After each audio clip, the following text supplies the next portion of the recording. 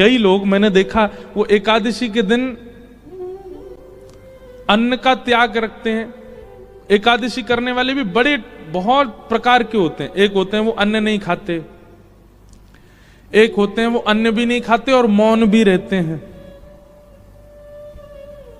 एक होते हैं वो अन्न नहीं खाते फलाहार करते हैं, और दिन तो 3 बार भोजन करते थे, एकादशी वाले दिन 5 बार करते हैं। उस दिन फलाहार, हम फलाहार कर रहे हैं ना, कुटू की पकौड़ी, कुटू कचौड़ी, ये वो 5 बार खाते हैं। पर कई लोग बड़ा कठिन भी करते हैं। वो कैसे करते हैं? केवल सेब या अमरूद या जो भी फल वही खाएंगे, वास्तविक फलाहार करते हैं, रसोई में बनी सामग्री नहीं पाते। कई लोग ऐसी एकादशी करते हैं।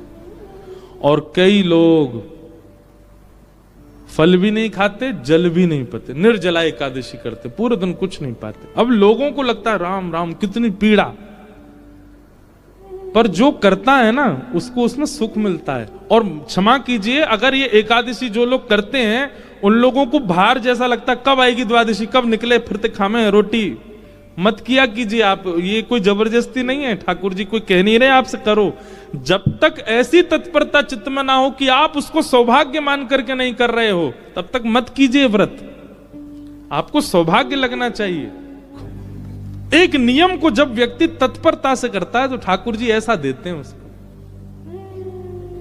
कई लोग कह देते हैं एकादशी पर भूखे रहने से भगवान को कोई, इससे थोड़ी प्रसन्न होंगे भगवान। ठाकुर जी प्रसन्न नहीं होते हैं, पर आपकी तत्परता ठाकुर जी देखते हैं। आजकल बच्चे ऑफिस जाते हैं, ऑफिस का टाइम क्या 9 बजे, अब कोई आवे 9:30, कोई आवे कोई आवे 9:45। अब उसको सब लोग, जो टाइम पे आने वाला बच्चा उसकी सब मजाक उड़ाते हैं, बोले तू भी क्या पागल है, 9 ही बजे आ जाता है बिल्कुल।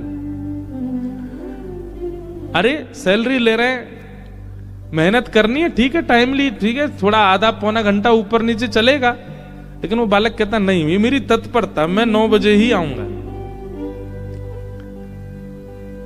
और वो 9 बजे आने वाला बालक, वो कभी ना कभी उसका जो बॉस होता है ना, वो खुश होकर के कुछ तो उसको देता है, उसको थोड़ा अपग्रेड कर देता है। सिंसियरिटी आपके कार्य के प्रति आपका स्वामी देखता है। ऐसी भक्ति में भी सिंसियर होना बहुत जरूरी है। होता उससे कोई ठाकुर जी बहुत प्रसन्न नहीं, पर हां ठाकुर जी दृष्टि तो रखते हैं। परिक्रमा लगा रहा है, कैसे लगा रहा है, एकादशी कर रहा है, कर कैसे रहा है, तिलक स्वरूप करता है, उस समय क्या उच्चारण करता है, मंदिर जाता है, प्रसाद कैसे पाता है, दर्शन कैसे करता है, इन सबके प्रति जो आपकी सिंसियरिटी, वो ठाकुर जी देखते हैं।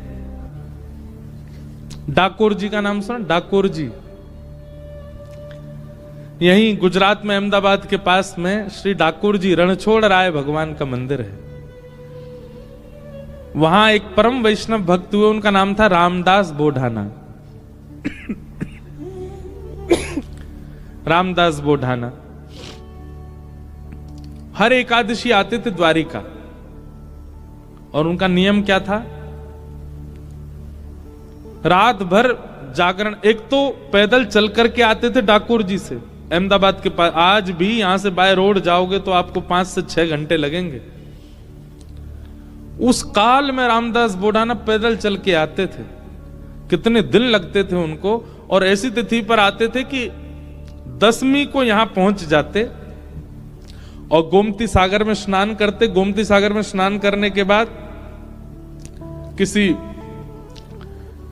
द्वारिकावासी से या मंदिर की भिक्षा ग्रहण करके और कीर्तन में बैठ जाते, और कीर्तन करते करते करते एकादशी को प्रारंभ करते, और एकादशी होते ही ठाकुर जी का दर्शन करते। उनका नियम था ये। और फिर दर्शन करके फिर पैदल जाते, और पैदल वहां पहुंचते, बस 1-2 दिन वहां रुकते, इतने में फिर दूसरी एकादशी का समय आता, फिर पैदल आते, फिर यहां आके दर्शन करते। मतलब उनका जीवन यही था, बस पैदल आना जाना, द्वारिकाधीश का दर्शन करना।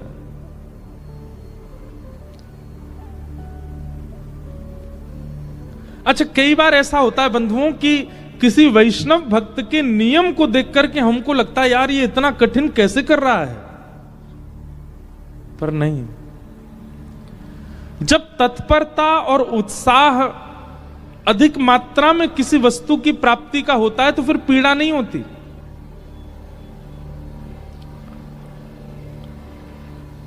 ध्यान से सुनिएगा बात को। जब तत्परता, उत्साह, एक्साइटमेंट किसी वस्तु की प्राप्ति का होता है तो फिर उसमें पीड़ा नहीं होती। किसी लड़का को कोई लड़की पसंद आ जाए तो फिर उसके लिए चाहे जो करना पड़े उसको पीड़ा नहीं होती। फिर नस काट लेगा हाथ की, हॉस्पिटलाइज्ड रह जाएगा बेचारो, रात भर भोजन नहीं करेगा, दुख भरे गाने सुनता रहेगा। हमने भी दर्शन किए कई आशिकों के लोगों को लगता है कितनी पीड़ा में, उसको पीड़ा नहीं है, वो बहुत प्रसन्न है। ऐसे ही पड़े रहने दो, अरिजीत सिंह के गाने चलने दो भाई रोने दो थोड़ा मुझको हमको लगता कितनी पीड़ा में, वो पीड़ा में नहीं है। वो अपने किसी प्रियतमा को प्राप्त करने के लिए उस मार्ग पर चल पड़ा है कि अब उसको भोजन मत दो। आप 2-2 दिन बिना भोजन के रह लेगा, भूखे ही नहीं लगी है। क्यों? प्रेम सवार हो गया चित्त पर, प्राप्त करना उसको। और फिर उससे ब्याह करा दो, 1-1.5 साल बाद फिर भोजन नहीं कर रहा है। क्यों नहीं कर रहा है? कहा बताऊं, अब तो ऐसा मन हो रहा है वैराग्य ले लूं, मैं विरक्त हो जाऊं अब मेरे भोजन सब रुचि मेरी उठ चुकी है।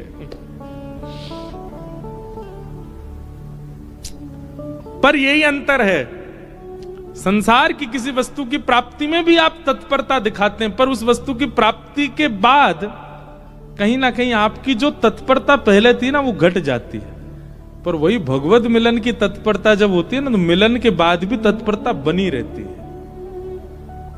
और मिलन के बाद भी, ठाकुर जी से मिलन के बाद भी तत्परता आपकी नहीं बनी तो इसका मतलब ठाकुर जी मिले ही नहीं।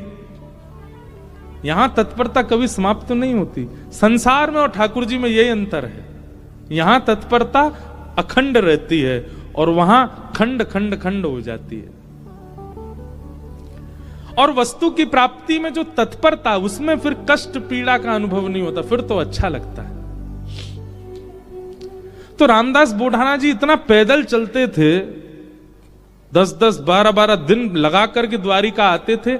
लोगों को लगता था अरे राम कितना कठिन, पर उनको वो पीड़ा का अनुभव नहीं होता था, वो तो बड़े प्रसन्न रहते थे। रामदास बोढ़ाना को बहुत सौभाग्य लगता था कि ठाकुर जी ने मुझे इतना बल दिया कि मैं पैदल चल के द्वारिका जाता हूं। और वो द्वारिका आते, रात भर कीर्तन सुनाते द्वारिकाधीश को, और एकादशी को कपाट खुलते ही दर्शन करते, नेत्र सजल हो जाते रामदास जी के। ठाकुर जी को दूर से ही ऐसे अंक में, मानो ऐसे कर लेते जैसे मैंने अंक में भर लिया हो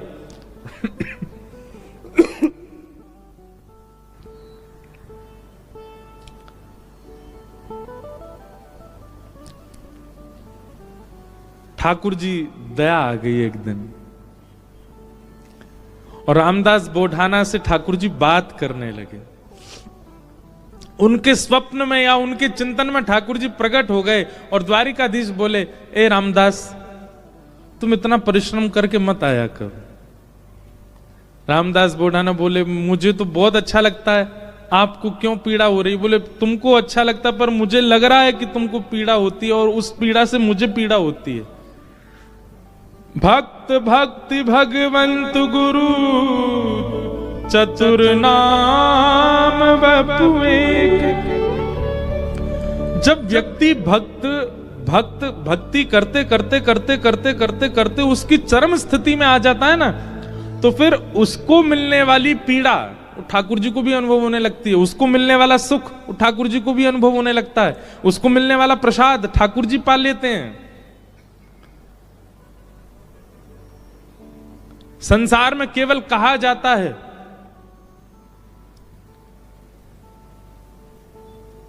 लेकिन यहां वास्तविक होता है कि आप पाओगे पेट उनका भरेगा, और ठाकुर जी पाएंगे पेट आपका भरेगा। रामदास बोढ़ाना ठाकुर जी से बोले, भगवान मुझे पीड़ा नहीं है, मुझे बहुत सुख मिलता है। भगवान बोले, तुमको पीड़ा नहीं, पर तुम्हारी पीड़ा हमको लगती है, इसलिए तुम मत आया करो। रामदास बोढ़ाना बोले, इससे बढ़िया तो मेरे प्राण चले जाएं, मैं आपको देखे बगैर नहीं रह सकता। अगली एकादशी पर आप मेरे सामने नहीं होंगे तो मेरे तो प्राण ही चले जाएंगे।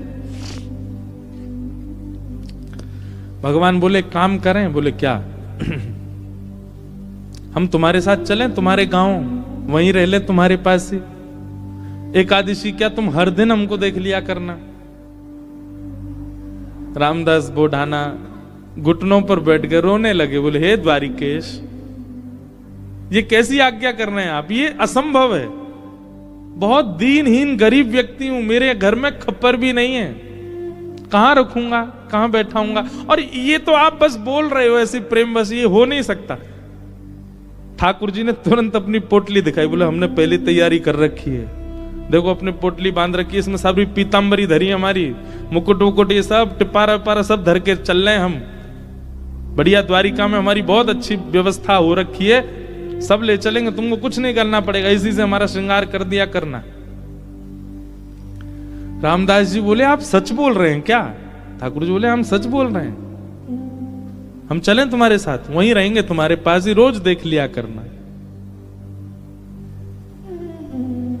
रामदास जी बोले फिर द्वारिका का क्या होगा? ठाकुर जी बोले हम जहां बैठ जाएं द्वारिका वही है। और रही बात, जब एक साथ हम 5 रूप धारण, हजारों रूप धारण कर सकते हैं, तो 2 रूप भी धारण कर लेंगे।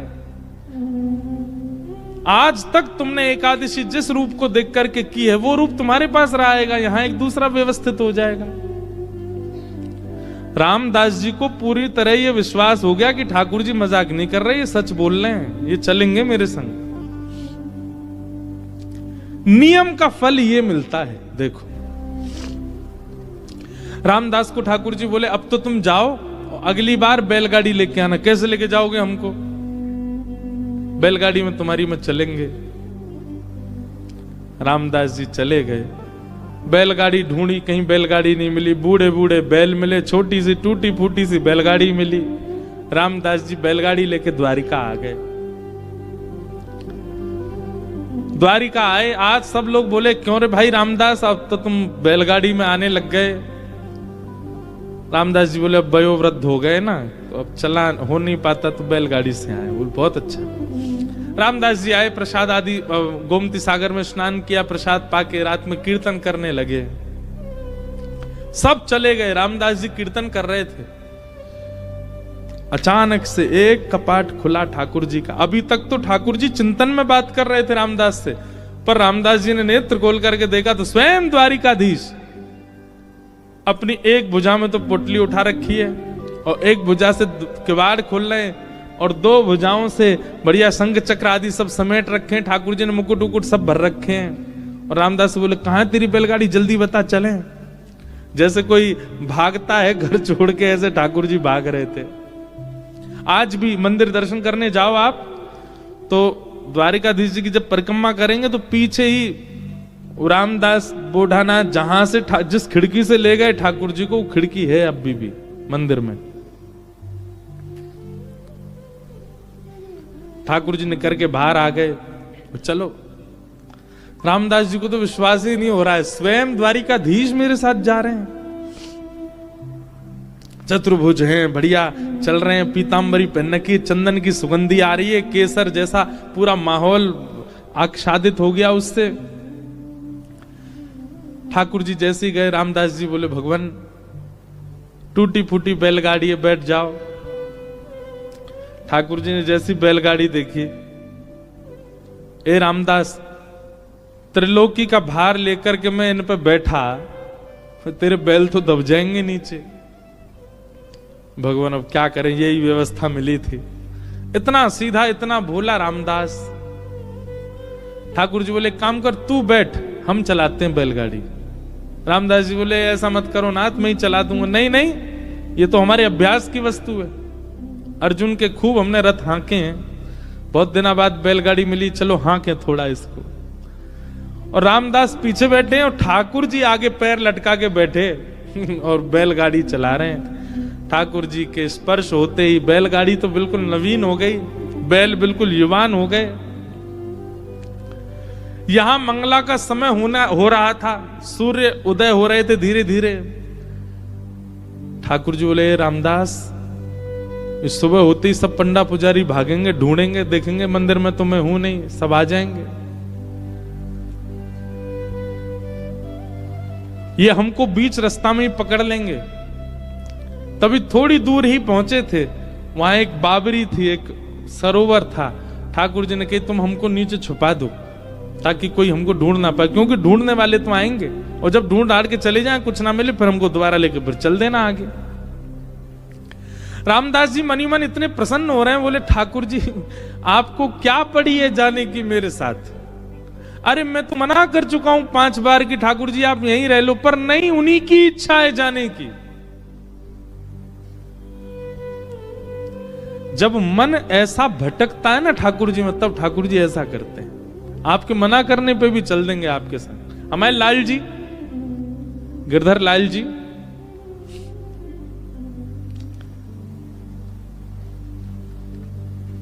ये ऐसे ही आए हमारे पास। जब प्राप्त हुए थे ना, तो एक बार मैंने तो, अब बोलने में अटपटा लगता है, पर एक बार मैंने तो यही कहा कि मुझे तो श्रृंगार आता नहीं, मुझे सेवा आती नहीं, कैसे करूंगा, कैसे संभालूंगा, कैसे इनकी नथ बेसर धराऊंगा, कैसे इनके नेत्र श्रृंगार, कैसे मुकुट पाक कैसे बनाऊंगा। ये अभी जो ये स्वरूप दिखा आपको, दिखा उसमें, ये साल में एक बार हमारे गिरधर लाल जी जगन्नाथ जी बनते हैं, ये तब का स्वरूप है। रथ यात्रा वाले समय पर ठाकुर जी को जगन्नाथ, और जो वैसे रूप है वो वाला भी दिखाओ जो सामान्य है।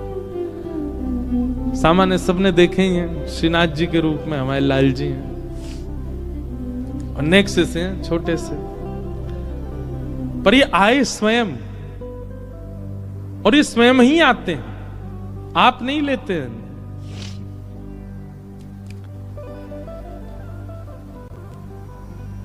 रामदास नीचे बावरी में ले जाकर के द्वारिकाधीश जी को छुपा दिया। पीछे से सब पुजारी दौड़े दौड़े आए, देखा तो रामदास जी धीमे धीमे अपनी बैलगाड़ी चला रहे हैं। सबने रोक लिया, बोले ए रुको, तुम ही थे रात भर मंदिर में, ठाकुर जी कहां गए हमारे? रामदास जी बोले मुझे तो नहीं पता, दिखाओ। सब देखा, बैलगाड़ी में कुछ नहीं। तभी एक बैलगाड़ी के छोड़ पर ठाकुर जी की पीतांबरी का एक भाग चिरा हुआ, फट के इरज गया। अच्छा, ये सब लीला भी ठाकुर जी जानबूझ के ही करते हैं, क्योंकि कहीं ना कहीं कुछ ना कुछ ठाकुर जी को दूसरों को संकेत कराना है। ठाकुर जी की पीतांबरी का वो अंग वस्त्र जैसे ही मिला, सब लोगों ने रामदास जी को पकड़ लिया, बोले ठाकुर जी तेरे संग ही हैं, तभी तो ये चीरा फटा हुआ है यहां पर, कहां है जल्दी बता। उन्होंने मना किया तो सबने उनको मारना शुरू कर दिया, इतना मारा, इतना मारा, इतना पीटा, बेचारे अधमरे से हो गए। बस श्वास चल रही है, बाकी तो नेत्र बंद हो गए, सुध बुध चली गई, गिर गए धरती पर। पुजारियों ने देखा, बोले ये तो अधमरा हो गया, ठाकुर जी कहां हैं, ढूंढो। पास ही सरोवर था, उस बावरी में जाकर के जैसे ही देखा तो बावरी का जो जल था वो रक्त मंडित हो गया, पूरा जल रक्त से भर गया। देख करके सब लोग घबरा गए, सारे ब्राह्मण बोले ये जल इसका कैसे हो गया, ये जल आ कहां से, ये रक्त आ कहां से रहा है। दौड़ करके जाके देखा तो एक जगह ठाकुर जी विराजमान थे, और जहां जहां रामदास जी को डंडे मारे गए, वहां वहां श्री द्वारिकाधीश जी के श्री अंग पर भी डंडे के निशान, और हर स्थान से रक्त निकल रहा था।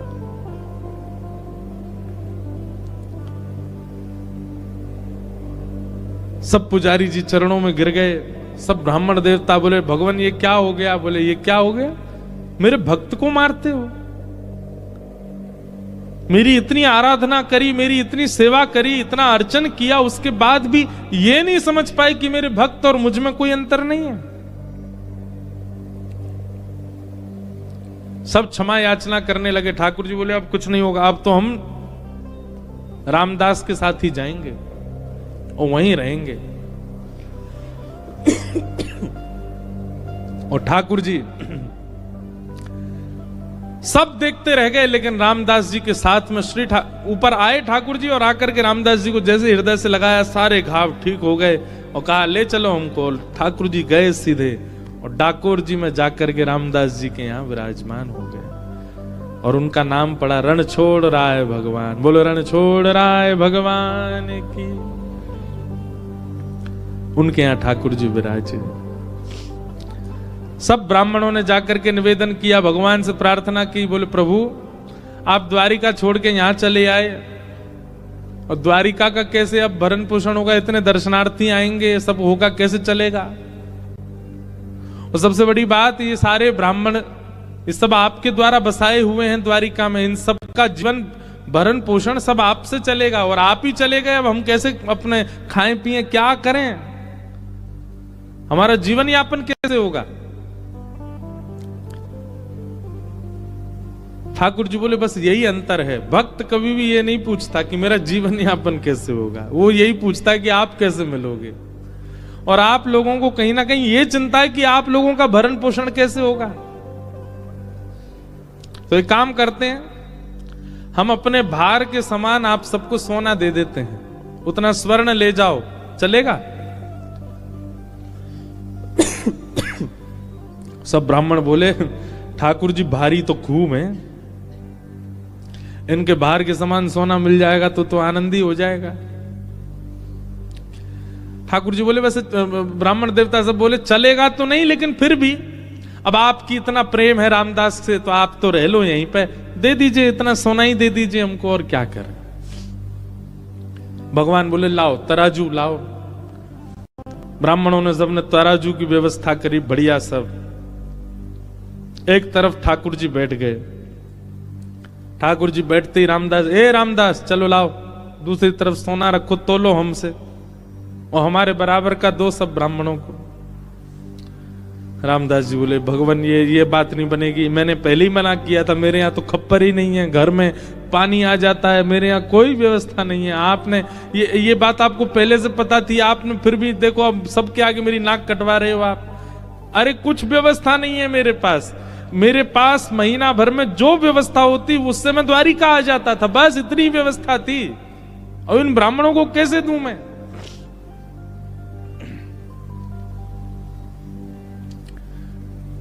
ठाकुर जी बोले तुम्हारी गृहिणी के कान में एक बाली है स्वर्ण की, वो लेके आओ, उससे हमको तोल दो। रामदास जी बोले बाली से तोलना? बोले हाँ उसी से तोलो, अभी हम चमत्कार दिखाते हैं। रामदास जी गए, अपनी पत्नी के कान से बाली निकलवा के लिए आए और जैसे ही रखा तराजू में तो वो तो नीचे चली गई, ठाकुर जी ऊपर आ गए, बिल्कुल लटक गए ऊपर ही। और सब ब्राह्मणों से बोले लीजिए, हमने तो कही थी बराबर का सोना, ये हमसे ज्यादा है, देखो हम ऊपर चले गए, ले जाओ इसको। आप बहुत बाली और इससे आप इतने हल्के हो गए,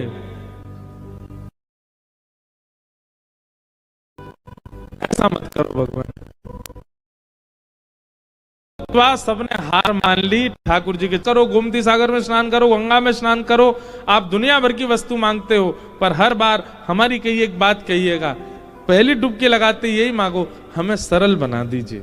हे गंगा मैया, हे गोमती मैया, हे समुद्र नारायण, हे कुंभराज प्रयाग, हमें सरल बना दो, हम सरल चित्त हो जाएं। क्योंकि ठाकुर जी को सबसे पहला लक्षण तो सरल चित्त ही चाहिए, वो होना बहुत आवश्यक है। तो मन का भटकाव सब जगह से ठाकुर जी में केवल और केवल भक्त चरित्र से हो सकता है, उसी से ही संभव होगा। तो ऐसा एक जिज्ञासा थी, उसी में ही हमने रामदास जी की लीला सुना दी। एक बार अभी ठाकुर जी हम 2 ही बार गए हैं दर्शन करने, कभी योजना बनेगी तो एक बार ठाकुर जी में भी कथा सुनाएंगे श्री ठाकुर जी को। बड़े सुंदर श्री ठाकुर जी वहां विराज रहे हैं। आइए क्रम में प्रवेश करते हैं। भागवत जी का पहला श्लोक, जन्माद्यस्य यतोऽन्वयादितरतश्चार्थे स्वविज्ञस्वराट् तेने ब्रह्म हृदय आदि कवये मुह्यन्ति यत्सूरयः तेजो वारि मृदां यथा विनिमयो यत्र त्रिसर्गो मृषा धाम्ना स्वेन सदा निरस्तकुहकं सत्यं परम धीमहि। एक बात और, जैसे अभी हमने सुना कि सरल चित्त ठाकुर जी को प्रिय है, ऐसे ही सत्य आचरण करने वाला भी ठाकुर जी को बहुत प्रिय है। एक सत्य के प्रति आचरण की भावना चित्त में लाओ। जैसे आजकल बच्चे चैलेंज देते हैं अपने आप को, 30 डेज चैलेंज, 60 डेज चैलेंज, ऐसे चैलेंज करते हैं। बोले उतने दिन हम ये काम बेनागा होके करेंगे, उसको सोशल मीडिया पे डालते हैं। फिर आप 30 डेज चैलेंज लो, 30 दिन का एक चैलेंज ले लो, क्या झूठ नहीं बोलेंगे। एक चीज समझ लीजिएगा, जैसे ही आप ये चैलेंज लोगे ना, सबसे पहले ठाकुर जी कमर कसेंगे, रुक जा बेटा मैं आऊं, रुक। ऐसे ऐसे कारनामे ठाकुर जी आपके सामने प्रकट कर देंगे कि आपको झूठ बोलना ही पड़ेगा।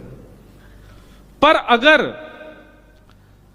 चाहे आपका पूरा घर ही क्यों ना डूब रहा हो, आपने ये संकल्प ले लिया कि नहीं सत्य ही बोलना है, और आप बोलने लगे, उसी सत्य से ही आपको ठाकुर जी मिल जाएंगे। बहुत सरल है, 30 दिन में ठाकुर जी मिल जाएंगे। करो ये काम, हम सत्य बोलेंगे बस। लेकिन हम कलयुगी जीव में बहुत चतुर हैं हम लोग।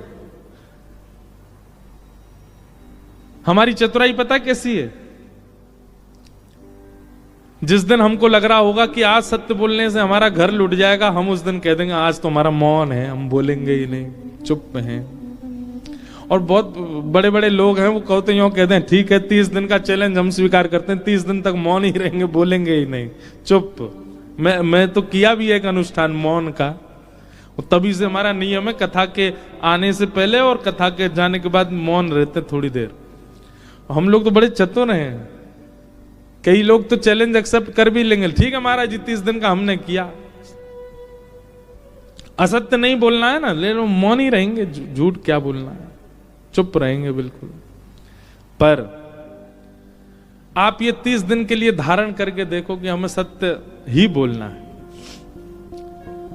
बहुत चैलेंजेस आएंगे, हर दिन एक नया एक ऐसी बात आएगी कि आपको झूठ बोलना ही पड़े, पर आप मत बोलना। 30 दिन अगर आपने इस नियम का पालन कर लिया, हो सकता है बहुत कुछ बदल जाए जीवन का, पर ठाकुर जी मिल जाएंगे 30वें दिन।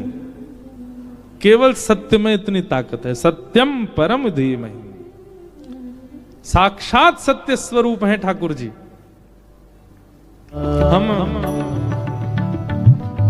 भले ही एक भागवत वक्ता के पुत्र हैं, पर हमने भी जब नियम लिया ना कि हम कथा करेंगे, मित्रों की संख्या कम होती चली गई,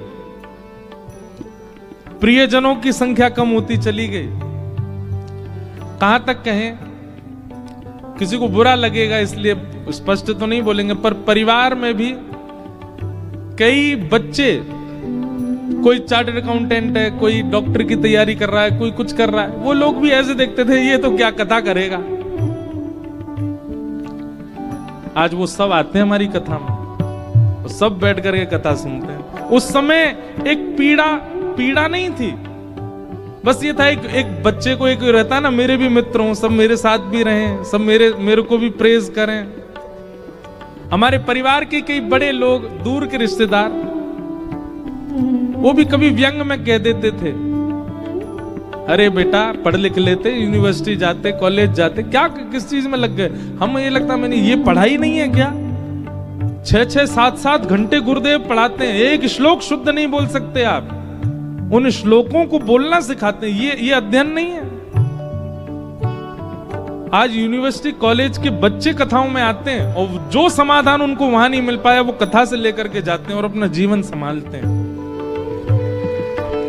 प्रारंभिक भक्ति के पथ में संकट तो आता है, सबको देखना पड़ता है, बस उस समय घबराओ नहीं। हमने शिखा रखी, स्कूल जाते थे, चोटी रखते, बच्चे खींचते थे, तो मैं अपने पिताजी से एक दिन रोते रोते बोला इसको कटवाओ, सब बच्चे खींचते हैं। हमारे पिताजी ने नहीं काटने दी, बल्कि अगले दिन से तिलक लगा के भेजने लगे, ले श्री लगा के जाओ। बच्चे छेड़ते, बिंदी लगा के आता है, बिंदी लगा के आता है, ऐसा बोलते थे।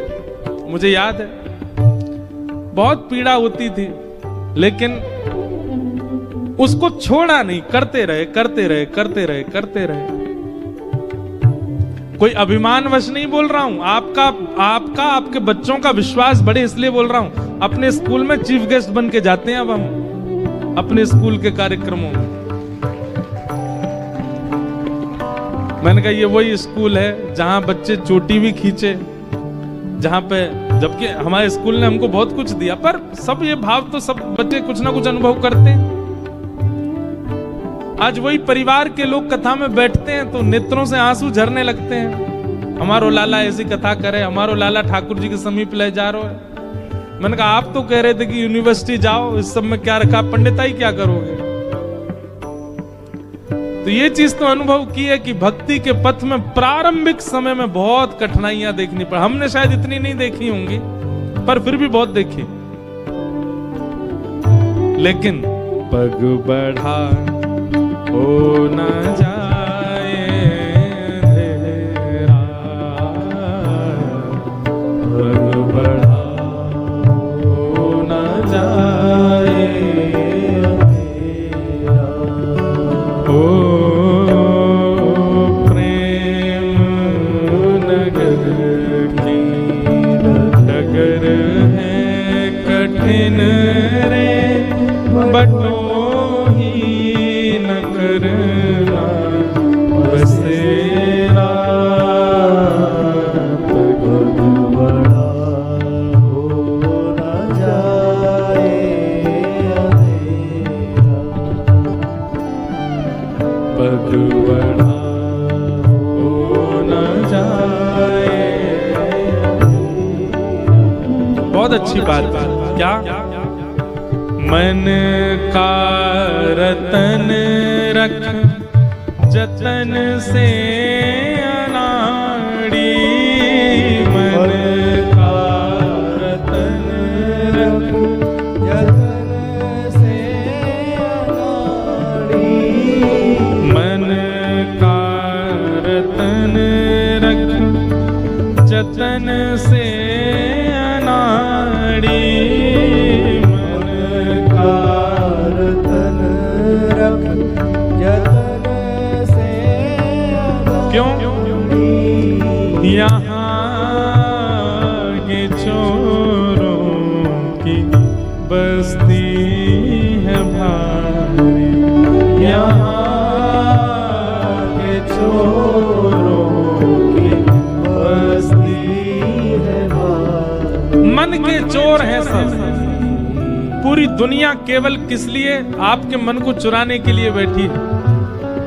कभी कोई गायक चुरा लेता है, कभी कोई एक्टर चुरा लेता है, कभी कोई पिक्चर चुरा लेती है, कभी कोई व्यक्ति चुरा लेता है, कभी कोई स्त्री चुरा लेती है, कभी कोई पुरुष, कभी कोई खाने की वस्तु, कभी कोई शहर, कभी कोई देश, सब चुरा रहे हैं आपके मन को।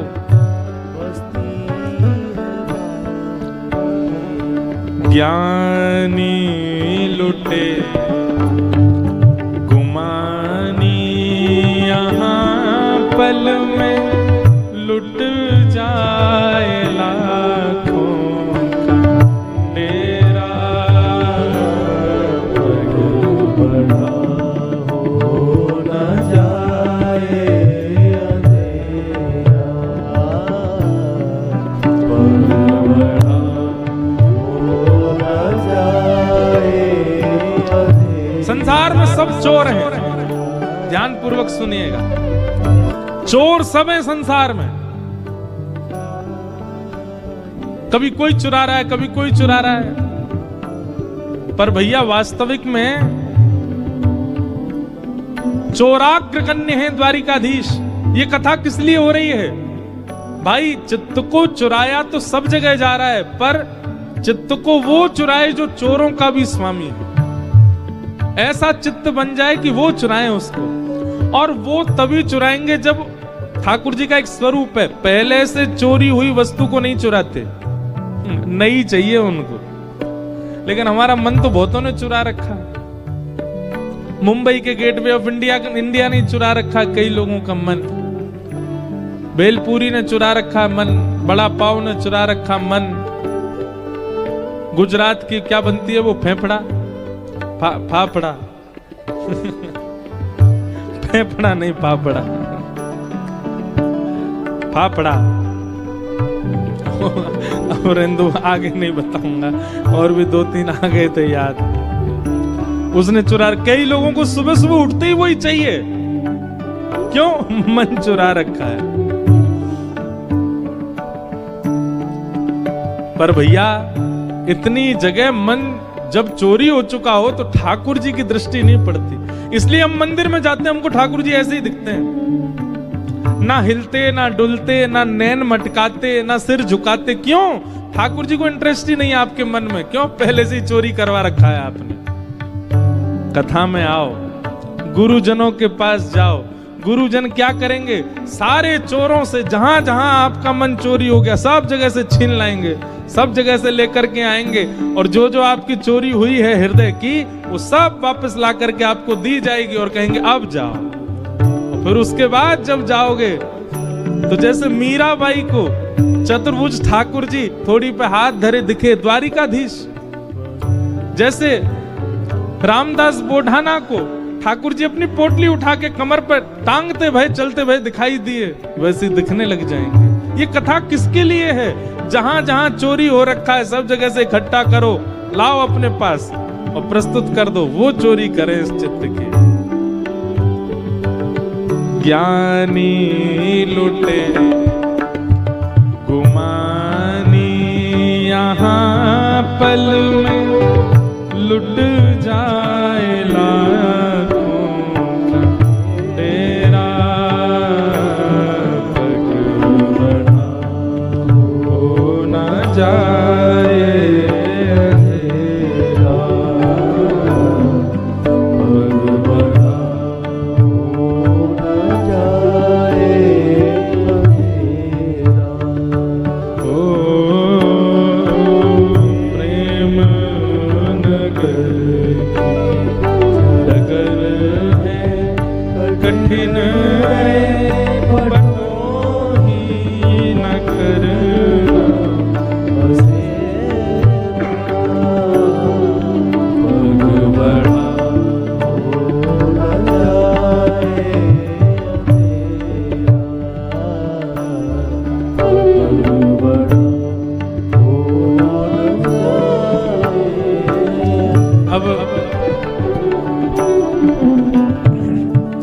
चोर की बात हुई तो हमको सूरदास जी का एक पद याद आ गया, और गाएंगे तो नहीं पूरा पर उसका भाव सुना देते हैं।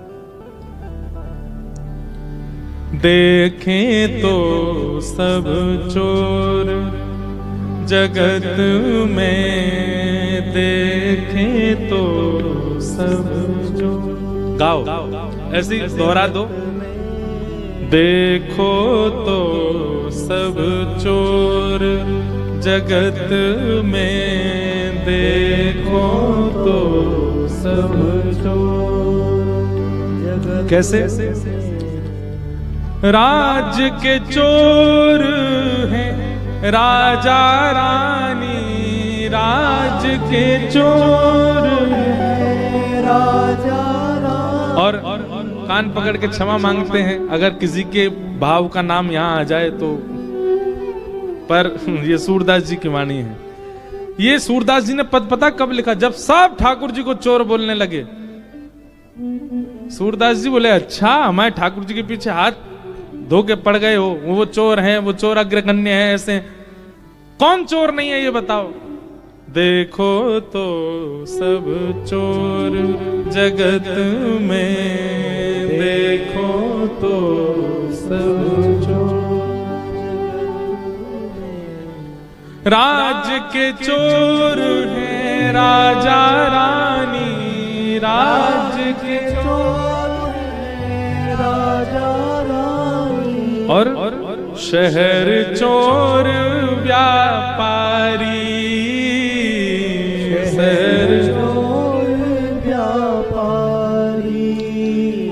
पांच चोर सबके ही माही, पांच चोर सबके ही माही, कौन पुरुष कौन नारी, कौन पुरुष कौन नारी। राज्य के चोर कौन है? राजा। बुरा नहीं मानिएगा, हम पहले ही कह रहे हैं, नेता लोग पूरे राज्य की चोर, ऐसा तो हो नहीं सकता। आपने इलेक्ट करके जिसको बना दिया हो स्वामी, और उसने पूरे अपने 5 वर्ष के कार्यकाल में 1 रुपया भी अपने लिए नहीं प्रयोग किया ना, चोर तो है। और शहर चोर व्यापारी, शहर का चोर कौन है? बोले व्यापारी। अब किसी की मिठाई की दुकान है तो केवल रसगुल्ला गुलाब जामुन पेड़ा से नहीं चलाएगा वो दुकान, वो हर हफ्ता एक नई नई नई वो बनाएगा, क्या बोलते हैं उसको, मिठाई। क्यों? ताकि देखने वाले खरीदने वाले का मन उस पे आ जाए। मन का चोरी कर रहा है ना वो, उसको वो खाने जाए। अब दुनिया भर की, हम तो जगह जगह जाते हैं। कुछ दिन पहले बनारस में थे, तो बनारस में एक वो बढ़िया सुंदर, देखो मिष्ठान की कोई यहां निंदा नहीं कर रहे हैं, पर एक बात बता रहे हैं, वो था क्या बोलते हैं उसको, मलइयो। बनारस में मिलता मलइयो, बहुत बढ़िया। क्या होता पता है? वो दूध का झाग, झाग खाते हैं लोग सैकड़ों रुपया खर्च करके। उसको किसी व्यापारी नहीं तो बनाया, क्यों बनाया? ताकि हमारा मन उस पर जाए। अब लोग उस झाग को खाने जाते हैं, लेकिन लगता है बढ़िया सबको। तो शहर चोर व्यापारी, किसी की कपड़े की दुकान है, एक जैसे ही कपड़ा उस पर मिलते हो, उससे कौन खरीदेगा? लेकिन हर बार एक नए तरीके से लेके आता है। बटन यहां की जगह यहां लगा दी, ओहो नई डिजाइन है, खरीद लो इसको। यहां बटन है इसके। हमारे द्वारिकापुरी के जो गोस्वामी हैं, जो यहाँ के सब पुजारी, उनकी बगलबंदी देखी आपने?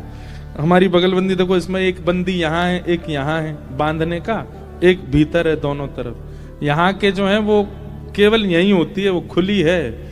एक बार खोल दो तो सीधा हवा पास होती रहती, भीतर गर्मी सहन नहीं है, अलग प्रकार की है। और सबकी दुनिया की जेब यहाँ होती है, उनकी यहीं होती है बीच में, यहीं पे सबरे रुपया, यहीं पे सारे जो है पौन वौन सब यहीं धरे रहते हैं। किसी व्यापारी ने उसको भी बनाया होगा, उसी पे आकृष्ट होकर अब यहाँ वही प्रचलन चल रहा है। तो चाहे वस्त्र का व्यापारी हो, भोजन का व्यापारी हो, कोई भी व्यापारी हो, वो हर महीना एक नवीनता लाने की प्रयास का। वो नवीनता के पीछे कारण क्या है? समाज का मन आकृष्ट हो।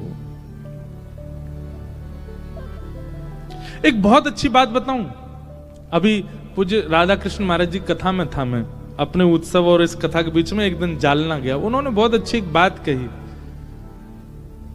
ठाकुर जी कभी नहीं बदले। आज से 500 साल पहले द्वारिकाधीश का जो भोग लगता था वही भोग आज भी लगता है, कुछ परिवर्तन नहीं। आज से 500 वर्ष पहले श्री द्वारिकाधीश जैसा टिपारा पहनते थे, जैसा किरीट पहनते थे, जैसा मुकुट पहनते थे, वैसा ही आज भी पहनते हैं। श्री द्वारिकापुरी में दिन के हिसाब से वस्त्र का वर्ण होता है। जैसे मंगलवार के दिन ठाकुर जी ऐसा कलर पहनेंगे, सोमवार के दिन ऐसा पहनेंगे, शुक्रवार को ऐसा पहनेंगे, शनिवार को ऐसा पहनेंगे। वो 500 उससे भी पुराने समय से वो आज तक वैसा ही है। ठाकुर जी उस दिन वही पहनेंगे। आज ठाकुर जी ने पीला पहना है, केसरी पहना है, तो ये कितने समय से चला आ रहा होगा कि आज के दिन ठाकुर जी केसरी पहनेंगे। वो नहीं बदलते, परिवर्तन नहीं करते। भोग में परिवर्तन नहीं, श्रृंगार में परिवर्तन नहीं, मुकुट में परिवर्तन नहीं। मंदिर में, कितना पुराना मंदिर है द्वारिकाधीश का, इसी में बैठे हैं। आदमी 100 वर्ष का उसको जन्म मिलता है, जीवन मिलता है, 3 घर बदल देता उसमें भी। अगर बढ़िया धनवान हो जाए तो 3 घर बदल देता है। ठाकुर जी उसी में बैठे हैं। सब परिवर्तन क्यों करते हैं? आकर्षण प्रकट करने के लिए। पर ठाकुर जी ने फिर भी आकर्षण है, इसीलिए वो परब्रह्म है। कुछ परिवर्तन नहीं किया, फिर भी आकर्षण। कथा जो हम आपको आज मंच से सुना रहे हैं, आज की है, 5000 साल पुरानी कथा है। वही श्लोक हैं, वही परंपरा है, वही 7 दिन है, वही नियम है, वही कथा है, पर फिर भी उसके प्रति आकर्षण, फिर भी उसके प्रति वह भाव, वह प्रेम, वह सुनने की उत्सुकता। इसीलिए ये पुराण है, ये ग्रंथ नहीं है, ये किताब नहीं है, पुराण है। इसीलिए कृष्ण स्वरूप है, क्योंकि जितनी बार सुनो उतनी बार नहीं है। कितने श्रोता ऐसे हैं, वो लगभग कथाओं में आते हैं, अब उनसे पूछा जाए आप तो पिछली कथा में भी थे, उससे पहले भी थे, पर नहीं, हर बार नया है, नूतन है। कथा का स्वरूप हर बार नया होता है, इसीलिए तो उनकी रुचि बढ़ रही है। पर कथा वही है, व्यासपीठ वही है, व्यास जी वही है, मंच वही है, पर फिर भी नवीनता, इसीलिए वो परब्रह्म है। कुछ नया ना करते हुए भी नया नया प्रकट होता है, इसीलिए वो परब्रह्म है। तो 5 चोर सबके ही माही, 5 चोर हम सबके अंदर हैं। नाम बताओ इन 5 के।